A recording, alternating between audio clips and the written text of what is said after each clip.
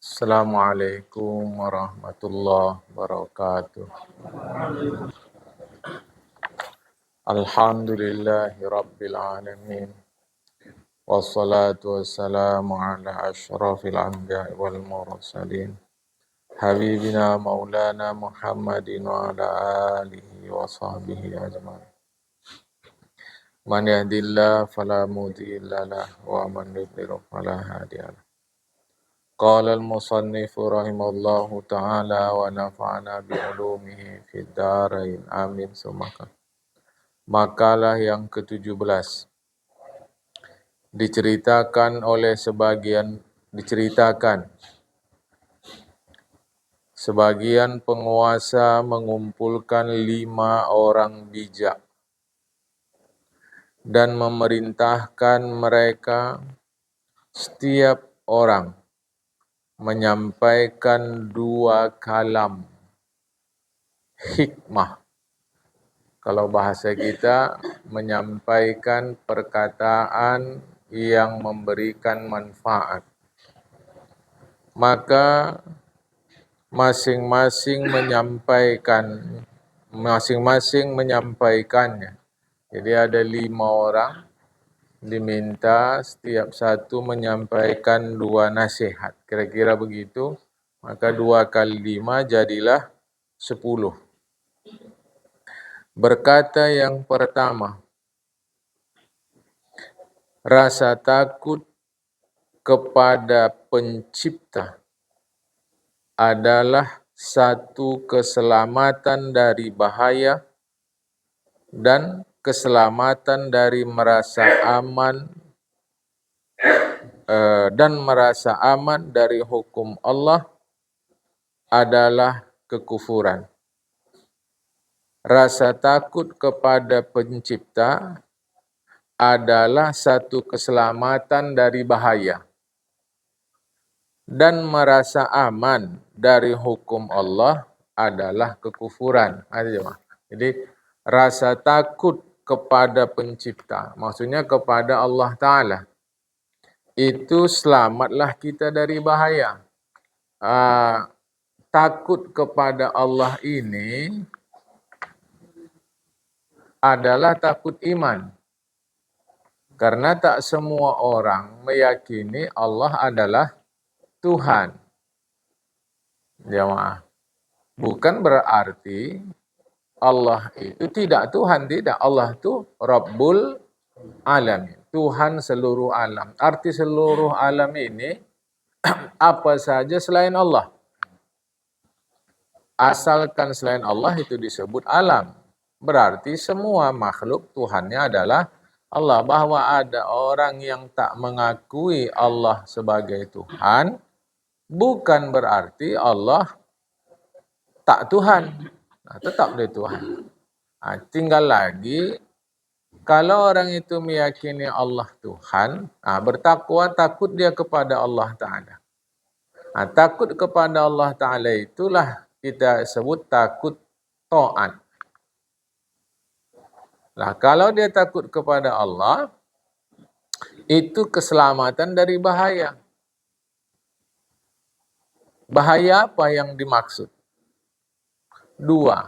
1, bahaya gelisah jiwa. Kedua, bahaya dari ancaman neraka. Kan? Nanti orang akan katakan, ternyata ada juga itu yang tak beriman kepada Allah, jiwanya tak gelisah. Slow-slow saja. Kata kita, iya. Sebab apa? Ini terkait dengan iman. Jadi apa yang diimani orang, itulah yang buat dia tenang.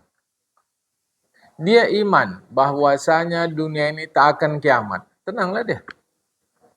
Ya, Ma. Dia iman bahwasanya tidak ada razia gabungan oleh polisi. Dia iman tuh, dia imani bahwa tidak ada razia gabungan selama seminggu di Kota Medan. Enggak ada. maka kemana-mana dia akan tenang.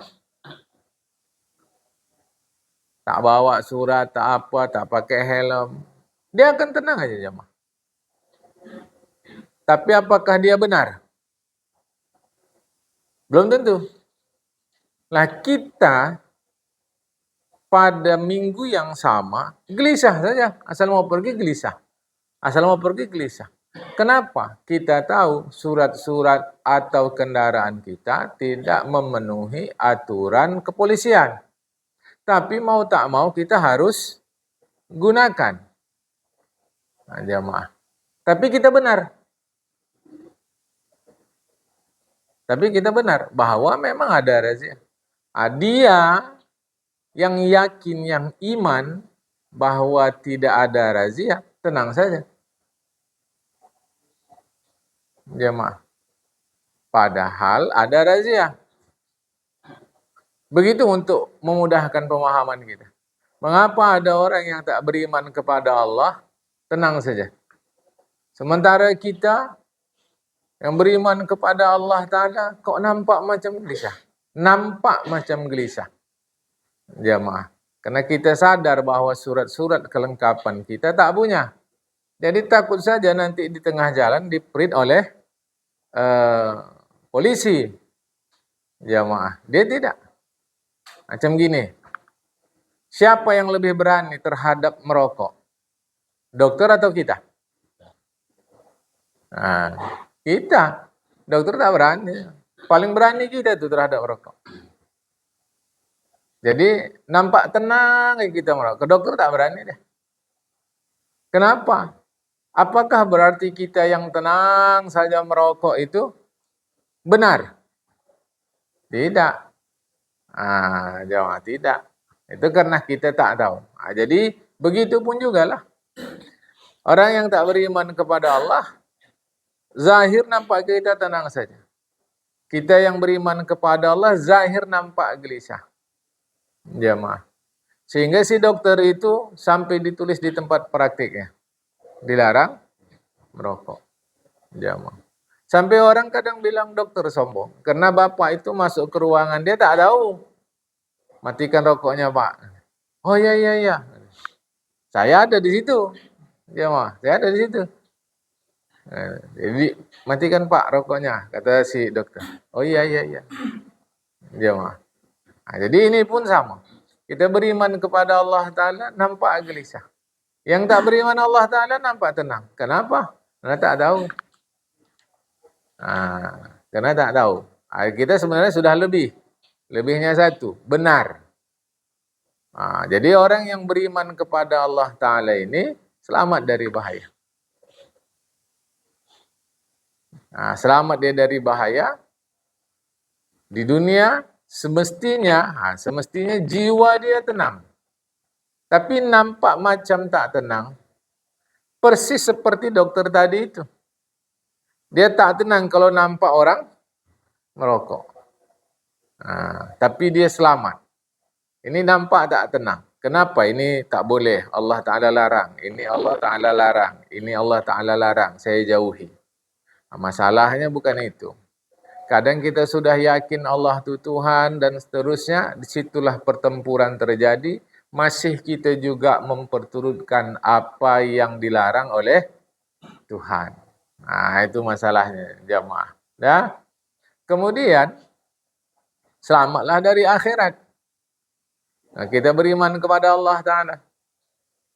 Akhirat itu benar adanya berdasarkan keyakinan kita. Jamaah. Kemudian kata masih nasihat yang pertama,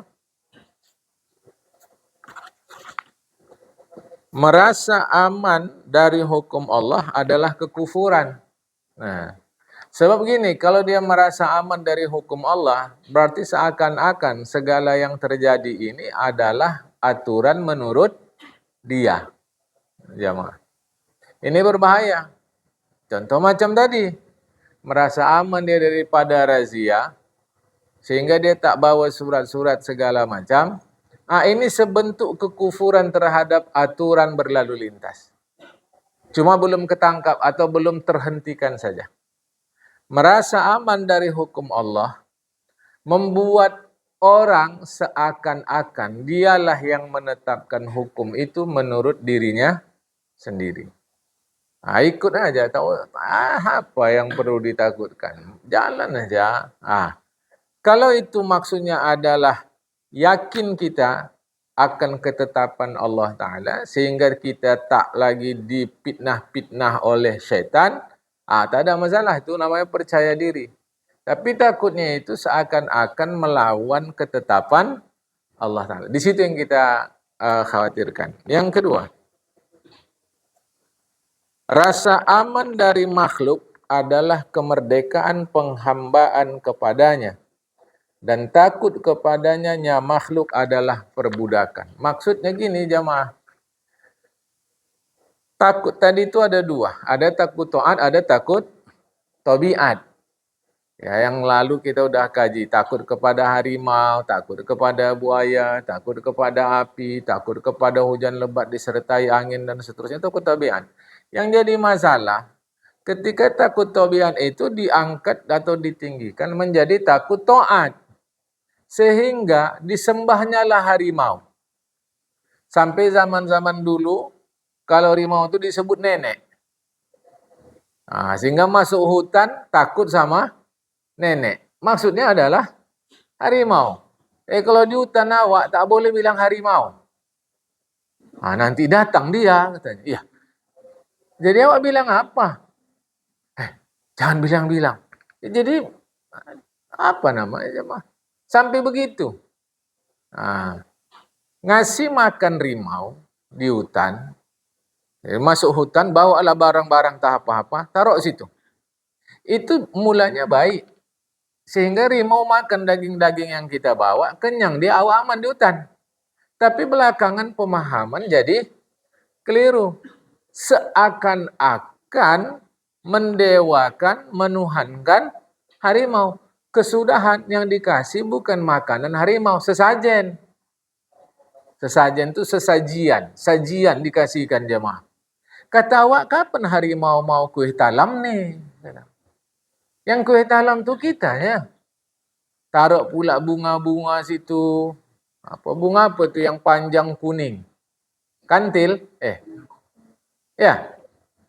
Kantil yang wangi enak wangi jemaah. Kantil lah taruh, kantil panjang. Payah sekarang cari pun. Panjang dia jemaah. Taruhlah bunga melati, taruhlah. Udah lengkap semua. Udah, kata awak. Baru 6, katanya. Ini 7. Syarat 7 lagi pula.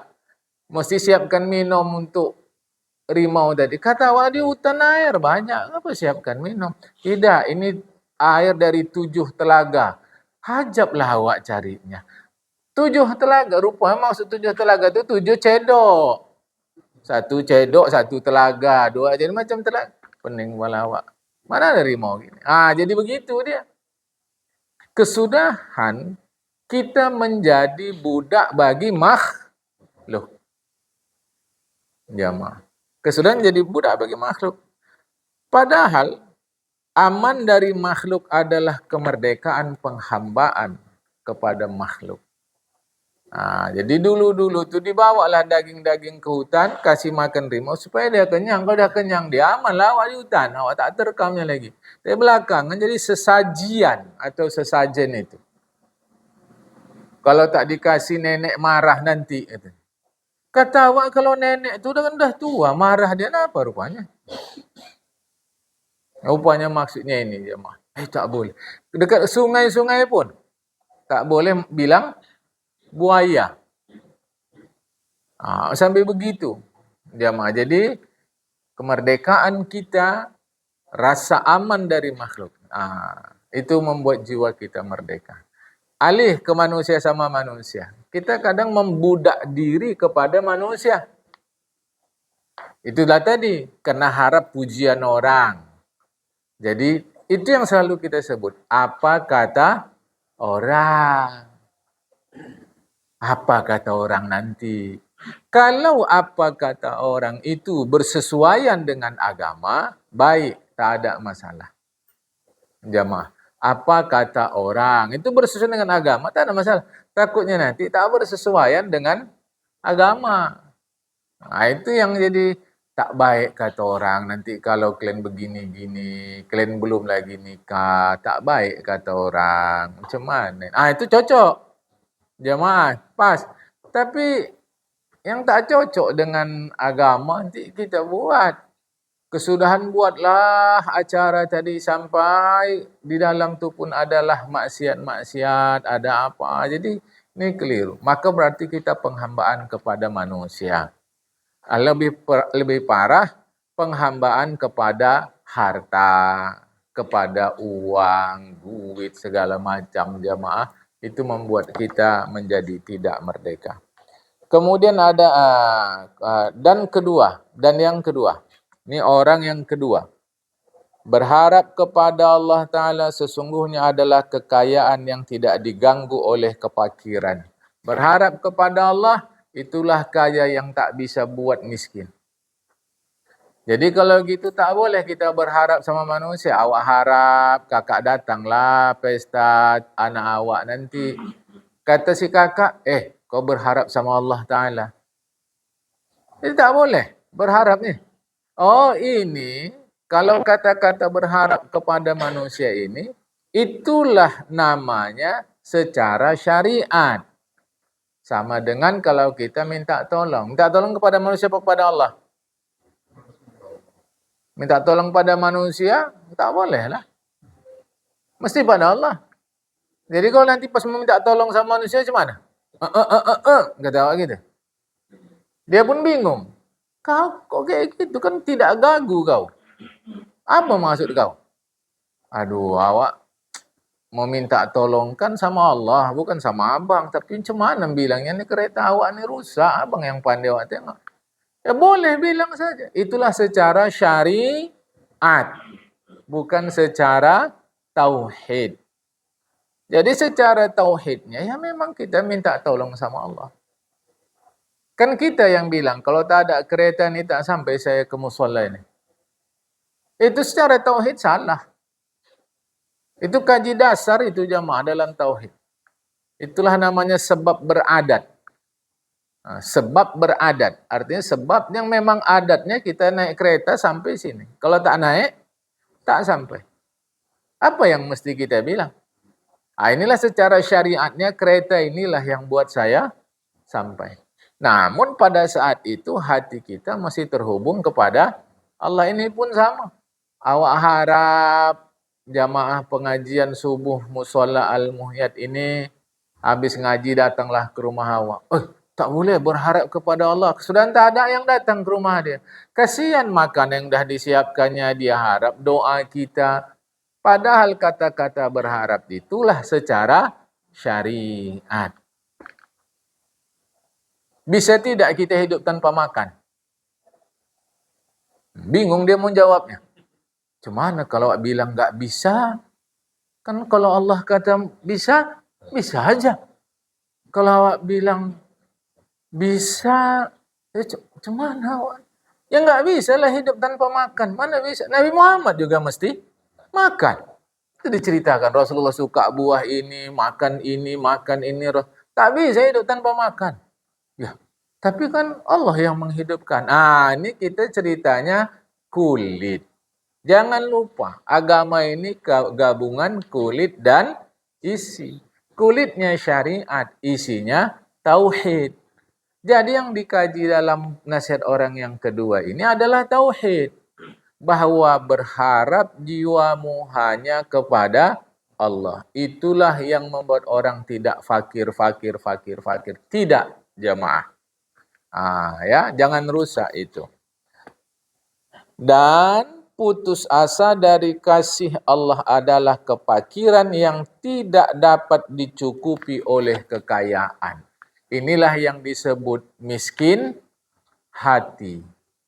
Cukup harta dia tapi hati tu nampak di muka tu macam tak tenang aja dia jemaah. Padahal harta cukup. Anaknya pun baik-baik belaka, tak ada yang mengulah-ngulah anaknya.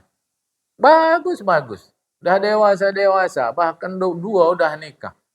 Tapi kok rasa macam gelisah saja. Itu miskin hati. Jamaah. Itu maksudnya. Sebab dia putus asa dari kasih Allah Ta'ala. Itu adalah kepakiran yang tidak dapat dicukupi oleh kekayaan. Berkata Zunnun Al-Misri, siapa saja yang qanaah dalam hidupnya maka jiwanya tenang. Berbanding orang yang hidup semasa dengannya.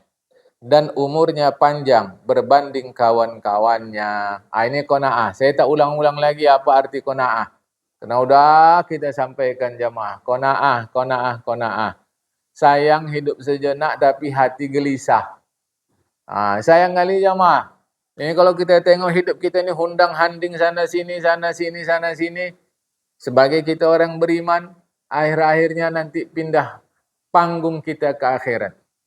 Maka hidup ini qanaah. Dikatakan siapa saja yang matanya suka melihat milik orang lain, maka dia akan mengalami duka yang berkepanjangan. Ayalah, orang dah kayak gini awak, belum lagi. Orang dah kayak gini awak, belum lagi. Asik itu aja, kapan awak nengok awak? Asik nengok orang. Kalau ditengok orang, dah ada siap-siapnya nih jemaah. Saya kaya, saya betul. Ada 3 mobil saya. Tapi awak tengok orang, dia lebih kaya lagi. Kenapa? Di atas rumahnya itu ada helipad, tempat helikopter.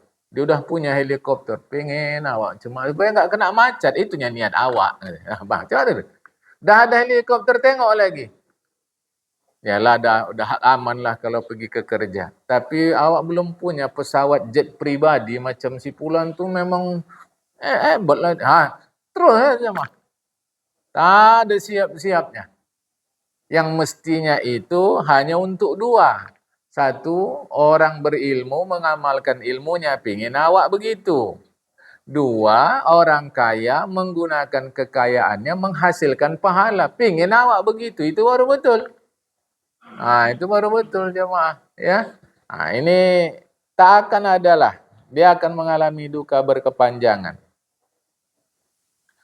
Berkata syair, wa ahsanu bil fata min yaumin arin yanalu bil ghina karumun wajuun. Lebih baik bagi seorang muda daripada waktu dia mendapat malu. Saat memperoleh kekayaan dia tetap mulia dan lapar. Ya.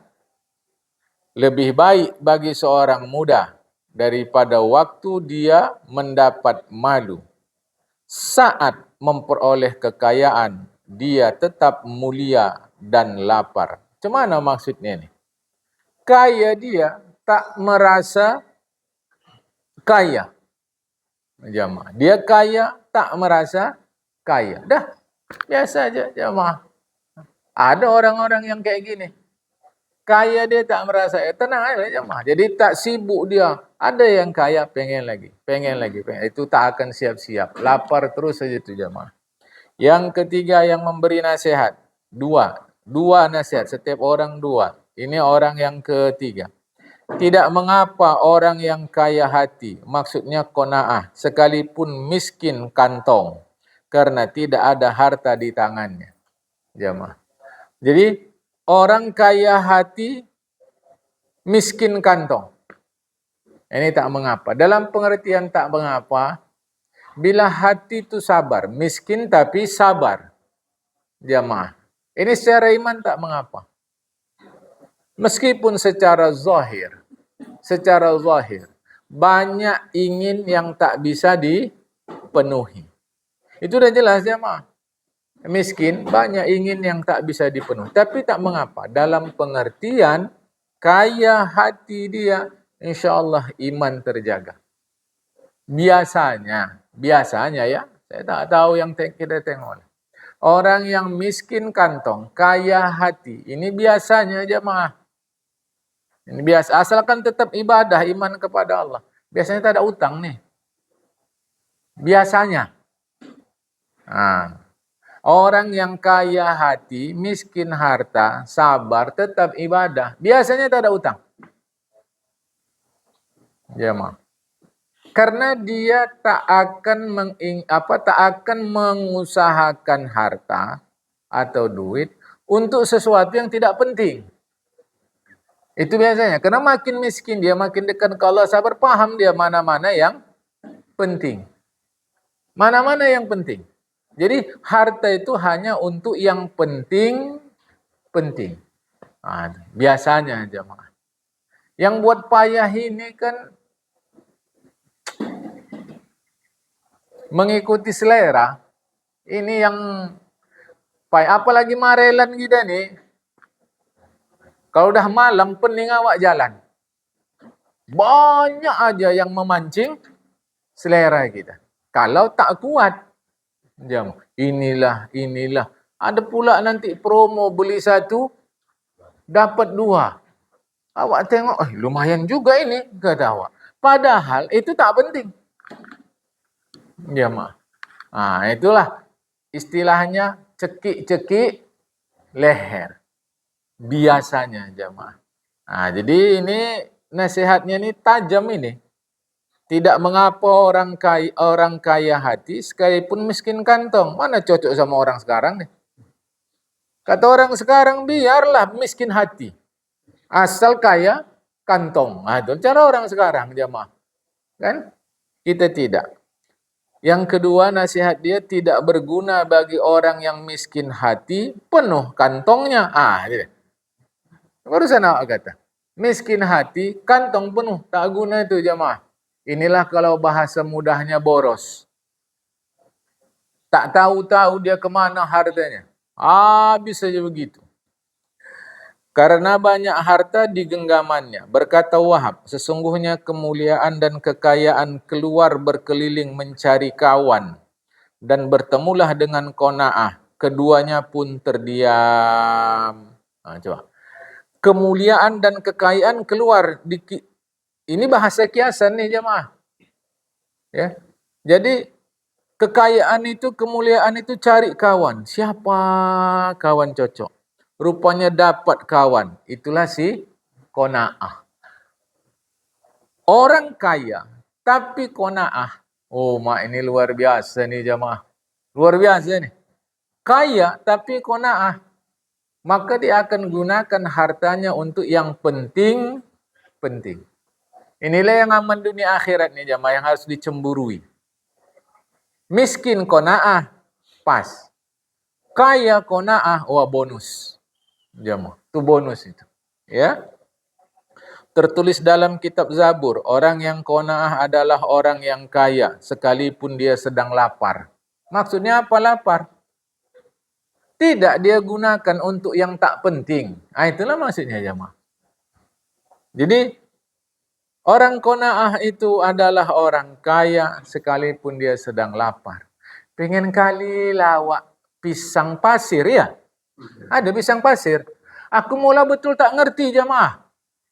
Ngapa pula pisang pasir? Mana sehat pasir nih? Mula saya tak kena macam-macam sekarang. Kalau tak tahu malu juga. Pisang pasir. Rupanya pisang goreng biasa tapi agak menggerutul-gerutul ya. Jemaah. Adalah tepung-tepungnya. Apalah bedanya itu dari pisang goreng biasa? Sama aja jemaah. Cuma sensasi gerutulnya, apa sih? Awak dulu taunya rapuh. Sekarang apa? Crispy. Lama aku memahami crispy ini, lama. Apa crispy ini? Bahasa Inggris tuh kan, crispy. Rupanya rapuh, sama aja, itu dah rapuh dah. Crispy lagi, rapuh dah, sama aja dah. Jemaah, pengen juga lawak nih. Tengok tuh. Tengok jemaah. Dia kaya, tapi dia laparkan dari benda ini tadi. Bukan saya kata salah ya. Ini jangan salah jemaah. Saya sudah pernah sampaikan. Ulama sebutkan nikmat Allah yang di dunia ini nikmati walau cuma sekali. Jemaah. Ya macam dulu awak tak tahu. Awak tahu mihun aja udah. Ada mie balap. Apa yang nak dibalap orang nih? Mihun aja biasa dah. Jemaah. Biasa aja. Udah, kan? Jadi qanaah itu orang kaya tapi lapar. Maksudnya tadi, orang tak penting kali untuk apa? Tak maulah dia. Ini dia qanaah itu jemaah. Kaya tapi dia gunakan untuk yang penting. Oh, sudah lah. Kalau Allah kasih kita kaya tapi begitu, oh, mantap. Kalau tak dikasih kaya, sudah. Jemaah. Kan? Yang keempat, ini orang yang keempat. Dua pula nasihatnya. Tidak bertambah bagi orang yang kaya hati, padahal dia dermawan, melainkan semakin kaya.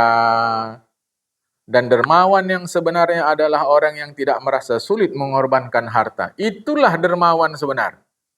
Orang yang tidak sulit mengorbankan harta. Itulah dermawan sebenar. Jamaah. Nah, jadi nasihat yang orang keempat tadi,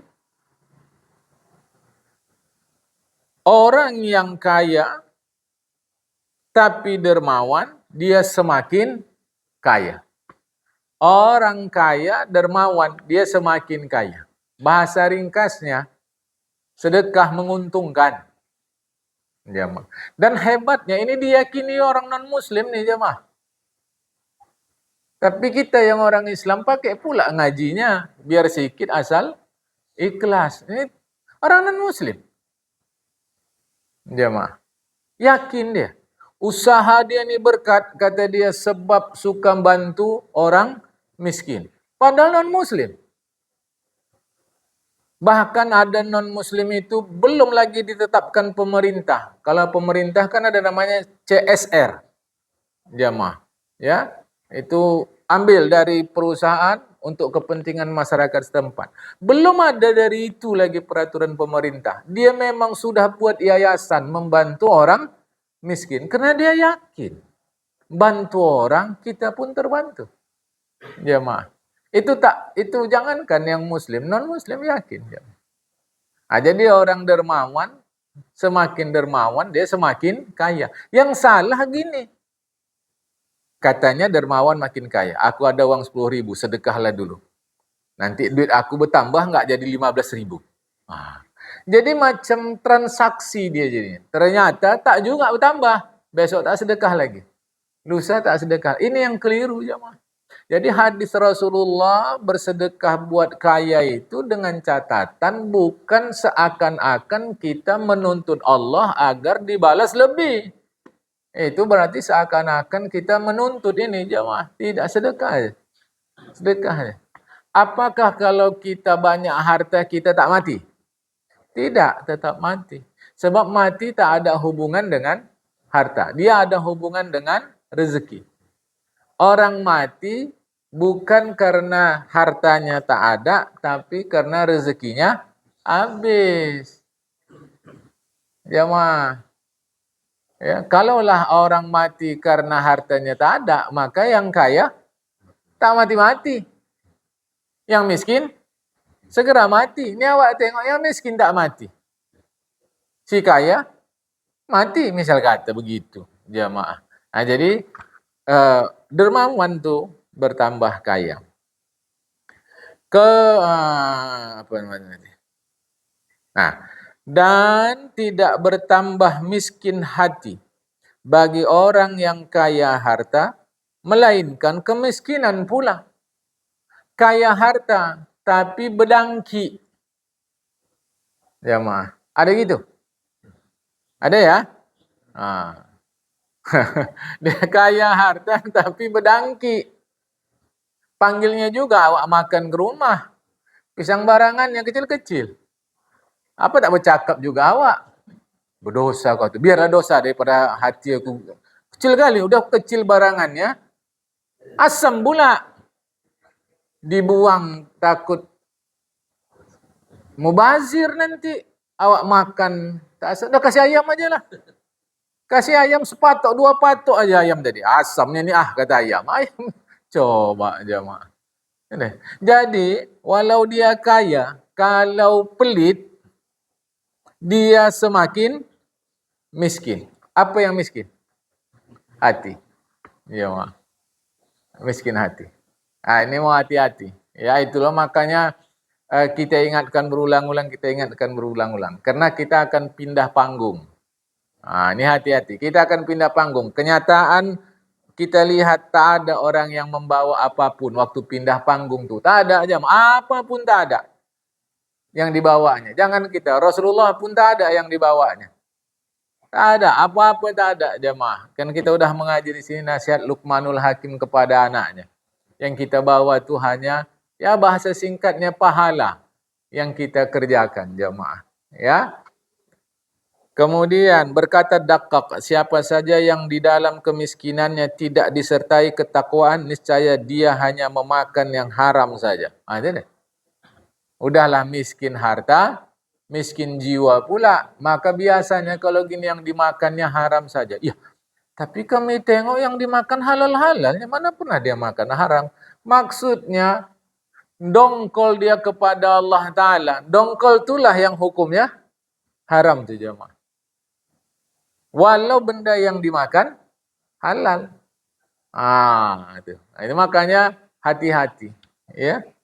Dan yang kelima, memilih sedikit kebaikan lebih baik daripada menghindari sebagian besar dosa.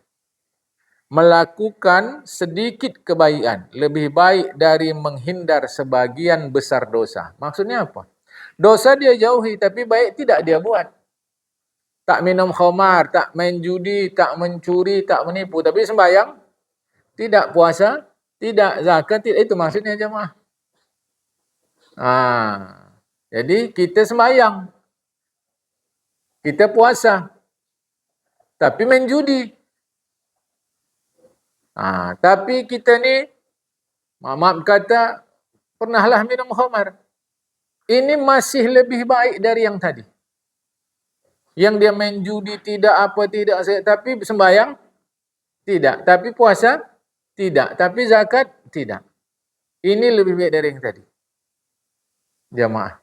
Sebab apa? Ada kepatuhannya. Kalau tadi kan tak ada kepatuhannya, sembahyang tidak. Baik kalilah anaknya. Salut awak nengoknya. Tak ada macam orang-orang. Main malam-malam, motor ribut, kereta ribut-ribut, tak ada dia. Ya cuma memang dia belum sembahyang aja. Iya. Kita udah bersyukurlah dia tak buat maksiat. Bersyukur. Dia tak buat maksiat dia. Tapi kan ini yang penting ni kurang. Maka hati-hati kalau kita mengata orang baik. Ini mau hati-hati jemaah. Itu maksudnya. Jadi sedikit kebaikan lebih baik dari menghindari sebagian besar dosa. Dan tidak berbuat dosa lebih baik dari sedikit kebaikan. Ini hati-hati jemaah. Ini yang barusan saya contoh si anak tadi. Perhatikan tu. Tidak berbuat dosa. Si anak itu tak berbuat dosa. Tidak dilanggarnya hukum Allah. Tapi itu tetap lebih baik daripada sedikit kebaikan namun melanggar hukum Allah. Itu maksudnya, jangan salah kajinya. Sedikit kebaikan lebih baik.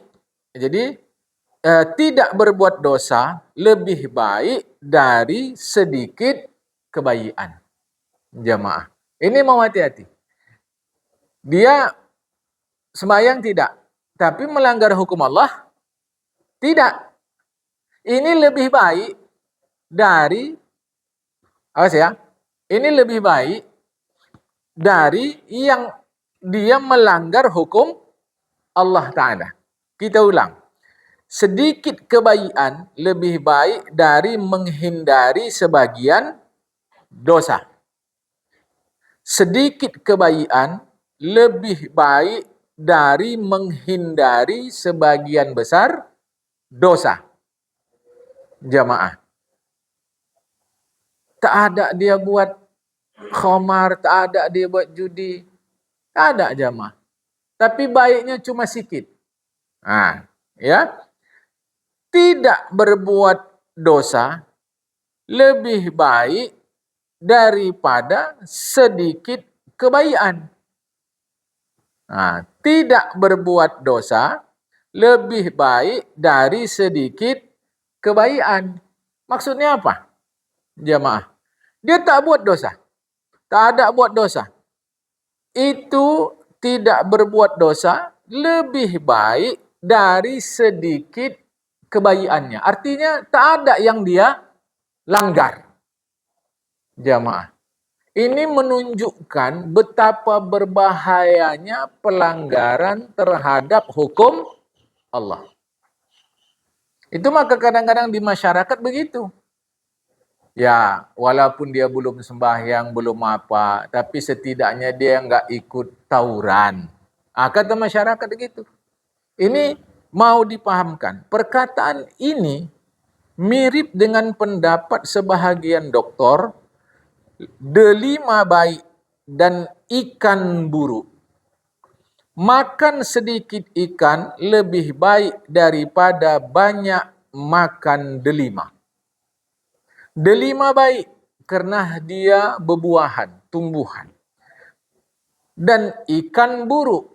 Maksudnya tidak total ikan itu buruk. Karena jamaah, delima atau berbuahan, dokter-dokter kata, itu lebih menyehatkan bagi tubuh daripada benda-benda atau hewan hidup yang berdarah. Tetapi sedikit kita makan ikan, itu lebih baik dari banyak makan delima. Karena di situ ada unsur pelanggaran. Segala yang lebih dari keperluan itu akan membahayakan bagi tubuh kita. Kira-kira begitu, jamaah. Inilah 5 nasihat daripada 10 nasihat daripada 5 orang. Jamaah, masing-masing memberi 2. Makalah yang ke-18. Abdullah bin Abbas radhiyallahu anhu mengatakan dari Nabi, 10 dari umatku tidak akan masuk surga kecuali bertobat. Kita baca terjemahannya jamaah, panjang sekali ini. Mudah-mudahan dapat kita baca pagi ini jamaah. Berkata Ibnu Abbas radhiyallahu anhu dari Nabi, 10 kelompok umatku tidak masuk surga kecuali bertaubat. Yang pertama, qalla, jayyuf, qacat, daibub dan seterusnya. Jamaah. Rasulullah kemudian ditanya Rasulullah, "Ya Rasulullah, apakah qalla itu?" Qalla ini tak akan masuk surga kecuali taubat. Apa qalla itu? Dijawab, itulah orang yang keluar masuk rumah penguasa. Orang yang keluar masuk rumah penguasa tak akan masuk surga kecuali bertobat. Yaitu dia datang kepada mereka dengan membawa kebatilan dan kebohongan.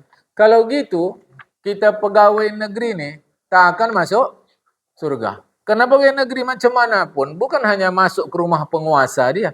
Dia malah bahagian dari penguasa. Itu maknanya. Bukan. Maknanya, kau keluar masuk kepada penguasa. Dalam kaitan kebatilan, kalian melakukannya. Itulah maksudnya jemaah. Jadi kalian bersekutu dalam kebatilan. Itu maksudnya.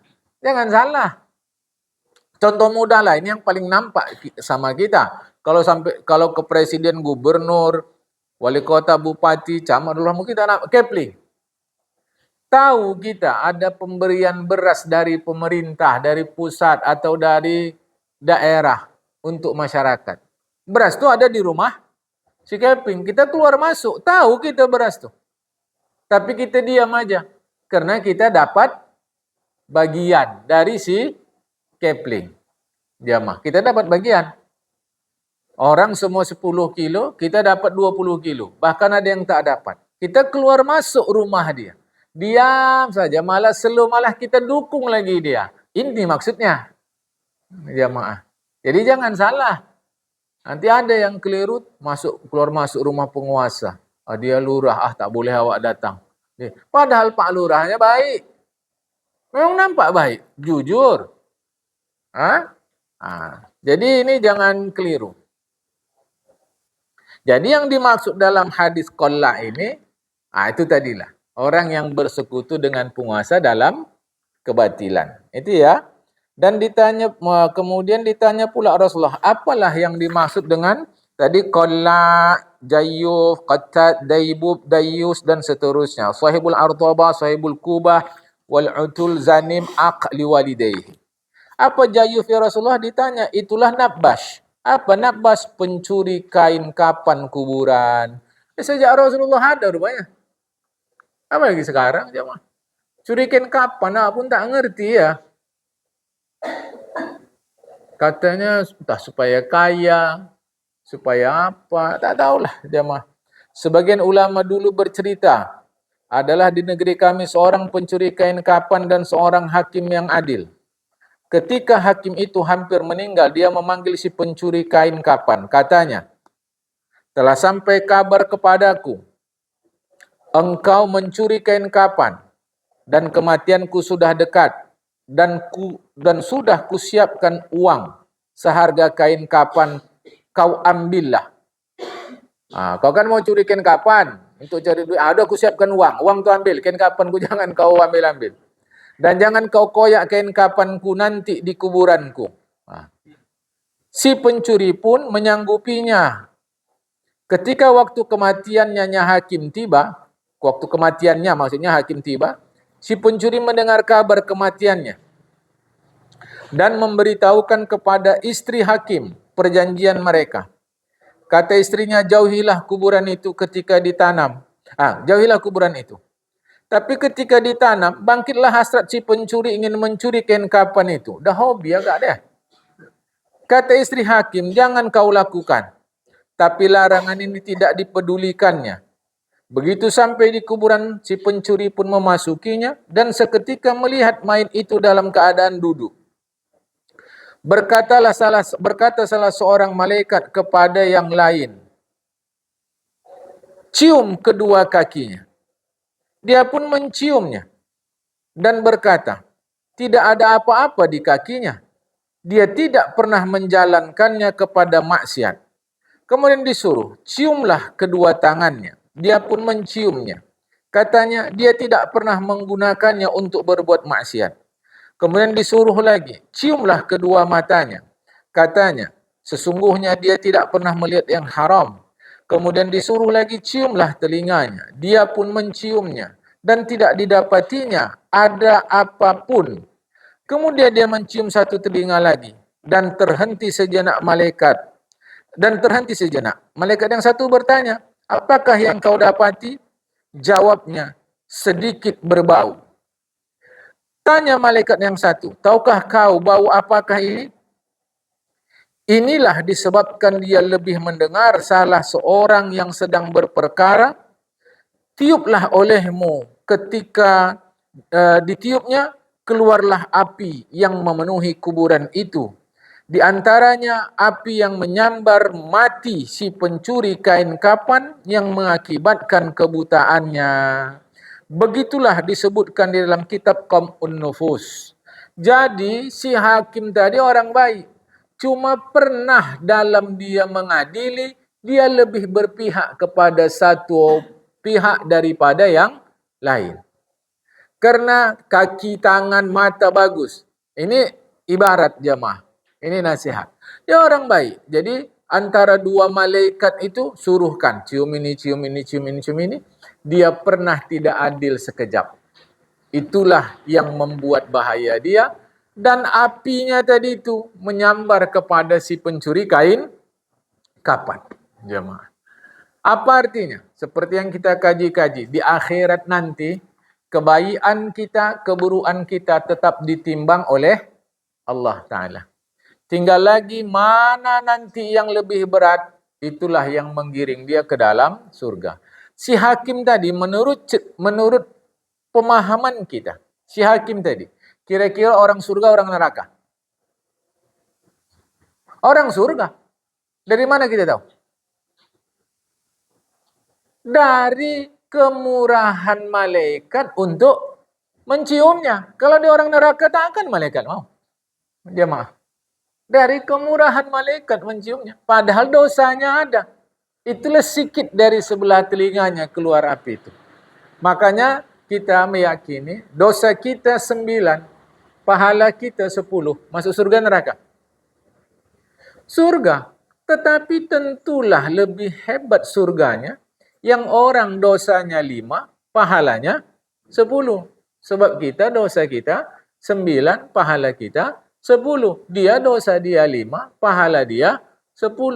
Jadi jangan pernah pakai kalimat, dah banyak kali dosa aku ni, kurasa entahlah tak masuk surga entah tidak. Tak boleh begitu. Walau lebih satu saja, dia tetap masuk surga. Bukan pula maknanya petantang, petenteng. Masuk surga juga nyawa. Bukan itu maksudnya. Ya, baik. Itulah yang kedua. Yang ketiga, qatat. Ditanya lagi Rasul, apakah qatat itu ya Rasulullah? Kata Rasulullah, itulah tukang fitnah. Ada ya tukang fitnah ya? Dalam hidup dia memfitnah saja. Kata Mu'az, aku bertanya, ya Rasulullah, apakah penjelasan baginda atas firman Allah Ta'ala? Surat An-Naba. Jamaah, surat An-Naba. Surat 17 ini. Ayat 78. Ya. An-Naba. Surat 78. Ayat 18. Surat 78. Bismillahirrahmanirrahim. Yauma yunfakhu fis suri fatatuna afwaja. Surat 78. Yaitu hari yang pada waktu itu ditiup sangkakala lalu kamu datang berkelompok-kelompok. Apa maksudnya ini ya Rasulullah, kata Mu'az. Kemudian Rasulullah menjawab, hai Mu'az, engkau bertanya sesuatu yang luar biasa. Kemudian beliau menangis. Sabdanya, 10 kelompok umatku dikumpulkan terpisah oleh Allah Ta'ala dari orang muslim yang lain. Dan ditampakkanlah bentuk mereka. Ada yang berbentuk monyet. Dan sebagiannya berbentuk babi. Sebagiannya memegang kaki dan wajah mereka diseret. Sebagian mereka buta kebingungan.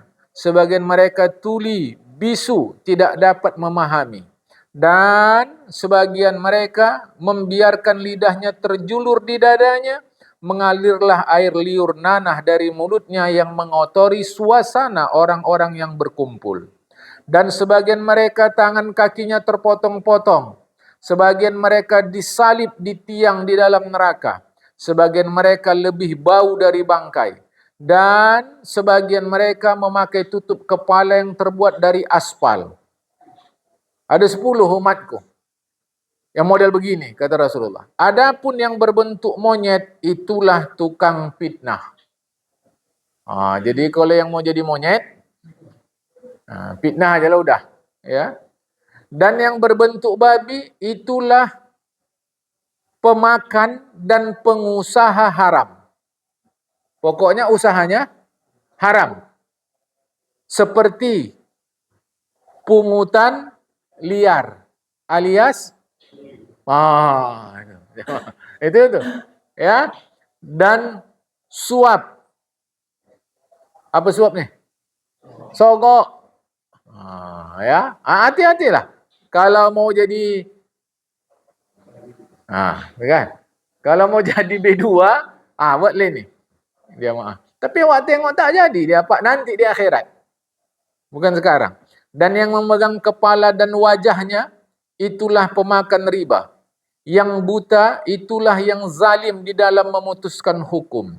Yang tuli lagi bisu, itulah orang yang salut atas perbuatan baiknya. Awas. Tuli bisu, itulah orang yang salut atas perbuatan baiknya. Kalau bahasa Arabnya ujub. Aku yang nolong dia tu. Kalau enggak aku, ini terlarang nih dalam agama. Tak boleh. Ketika kita merasa berjasa kepada orang lain, tak boleh. Sama sekali tak boleh. Ya. Dan yang menjulurkan lidahnya itulah ulama dan tukang cerita yang perkataannya menyelisihi perbuatannya. Ulama dan tukang cerita yang perkataannya menyelisihi perbuatannya. Berkata baik, berkelakuan tak cocok. Suruh orang jangan berdangki, dianya berdangki. Suruh orang, itulah dia tuh yang menjulur-julur lidahnya. Dan tukang cerita. Kita biasanya kalau cerita hebat nih. begini, begitu, padahal bercanggah berlawanan dengan agama. Yang terpotong tangan kakinya itulah orang yang menyakiti tetangganya. Hati-hati ya, nyakiti tetangga. Dan yang disalib di tiang neraka itulah yang suka melaporkan masyarakat kepada penguasa. Apa nih? Kibus. Ya. Ada nggak kibus? Tahu kibus kan? Apa bahasa gitu? Mata-mata itu bahasa sopan. Mata-mata. Suka kali yang kasih tahu. Pak, dia gini. Pak, dia gini. Dia gini. Suka kali jamaah. Jamaah ini kibus nih, ya. Dan yang lebih bau daripada bangkai itulah orang yang bersenang-senang mengikuti syahwat dan kelezatan. Dan yang tidak menunaikan hak Allah pada harta mereka. Itu dia. Dan yang memakai penutup kepala yang terbuat dari aspal itulah orang-orang sombong. Hadis riwayat Imam Qurtubi. Ya, mau hati-hati jamaah. Ini kita selesaikan ya. Saya minta izin waktu kita biar selesai yang 10 tadi jamaah. Kemudian ditanya lagi Rasulullah, apakah daibub itu ya Rasulullah? Rasulullah jawab, itulah orang yang mengumpulkan para perempuan di rumahnya untuk berbuat keji, yaitu berzina. Dan dia juga mengumpulkan lelaki dan perempuan. Dah ngertilah maksudnya nih ya jamaah. Kalau bahasa orang sekarang resminya prostitusi. Tapi yang nggak resmi kan banyak jamaah. Memang dia tak banyak orangnya, tapi itulah kerja dia, sama. Dan apakah dayus? Ya Rasulullah. Rasulullah jawab, itulah lelaki yang tidak cemburu atas keluarganya, yaitu istri dan anak perempuan dan saudarinya. Mudah saja dia, tak ada cemburunya sama istrinya. Dalam pengertian, berbuat maksiat. Kadang bukan istrinya buat maksiat. Orang. Diganggu-ganggu atau dilirik orang bini dia biasa aja jemaah. Tak ada rasa cemburu dia. Tapi sekarang lebih parah. Malah istrinya dijualnya. Jual betul jemaah. Dijualnya bininya. Coba dulu. Ini bukan bini awak ini. Untuk buat maksiat tadi. Dia duitnya dapat. Nah, coba. Ini dah kacau-kacau nih. Itu dayus ya. Dan ditanya lagi. Apakah yang disebut pemain artobah itu? Menjawab Rasulullah, itulah orang yang memainkan gendang besar.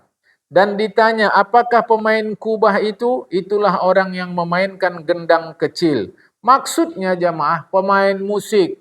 Kalau tak bertobat, tak masuk surga. Tapi diingat, ulama khilaf. Apa yang dimaksud pemain musik di sini? Pemain musik dalam kaitan berbuat maksiat. Karena biasanya, orang yang minum khamar disertai bermain musik. Karena persoalan bermain musik tidak sepakat ulama. Walau Imam Syafi'i sekalipun sudah mengatakan bermain musik haram. Itu Imam Syafi'i. Tetapi para ulama berbeda pendapat. Ulama mazhab Syafi'i berbeda pendapat. Jamaah ini mau hati-hati. Jadi kalaupun dikatakan Rasulullah begini, benar. Sebab permainan musiknya dalam keadaan maksiat. Oh saya nggak ikut pendapat itu. Saya ikut pokoknya asal bermain musik atau alat musik yang kita mainkan bukan sekedar alatnya. Kita memainkan alat musik haram. Saya ikut pendapat itu. Pakai pendapat itu. Tapi hargai pendapat yang lain. Nah ini mau hati-hati jamaah. Apakah utulin ya Rasulullah? Itulah orang yang keras hati, tidak mau memaafkan orang lain dan tidak menerima alasan. Itulah orang yang sombong. Jadi orang yang nggak mau memaafkan orang lain ini berbahaya juga jamaah. Cuma memang Imam Nawawi sebut memaafkan orang lain itu hukumnya sunat. Tak wajib, minta maaf hukumnya wajib. Kok berlawanan dengan ini? Tidak. Tengok penjelasannya. Dialah orang sombong. Jadi yang dimaksud di sini adalah orang sombong. Jamaah ya. Dan ditanya apakah zanim itu? Menjawab Rasulullah, itulah anak hasil zina yang dihubungkan kepada orang lain yang suka duduk di jalanan membuka aib orang lain. Dia orang zalim. Perhatikan.